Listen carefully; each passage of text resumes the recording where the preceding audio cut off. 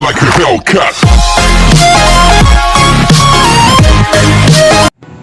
Hello guys! Welcome back to my YouTube channel. Kung bago ka pa lang sa aking channel, don't forget to subscribe and click the bell button para updated ka sa mga videos ko. At ngayon, sisimulan na natin at wag na nating patagalin pa. Paano nga ba mag-download ng video from Facebook? Panoorin! So yun guys, punta tayo sa Facebook. And then, search tayo ng isang video.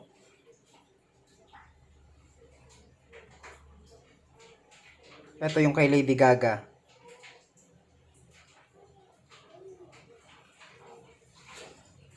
Okay, hanap tayo. So, ito. Click natin yung video. Yung tatlong dots, ayan, pupunta natin tatlong dots, then copy link.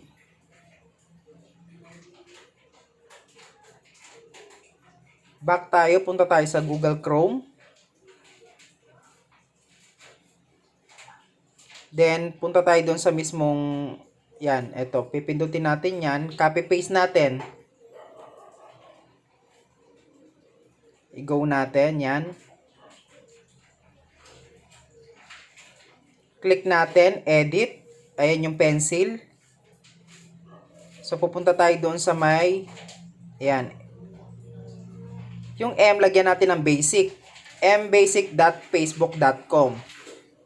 And then, i-click natin siya.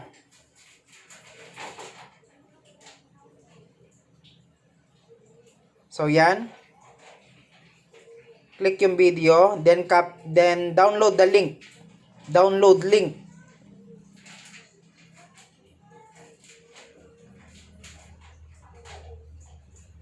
So, ayan. Nagda-download na siya.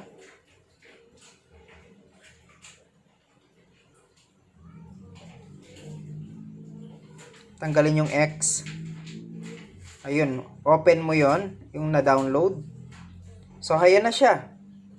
Na-download na po siya. Ganun lang kasimple. 'Di ba? Ngayon, back tayo yan. Sa files. O yan, na-download po siya. Nakita nyo naman. Ayan, nag-play na po siya. So, ganun lang po siya kasimple, no? Sana po nasundan nyo ako.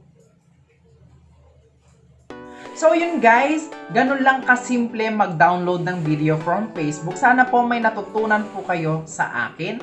Maraming pong salamat sa inyo. Bye!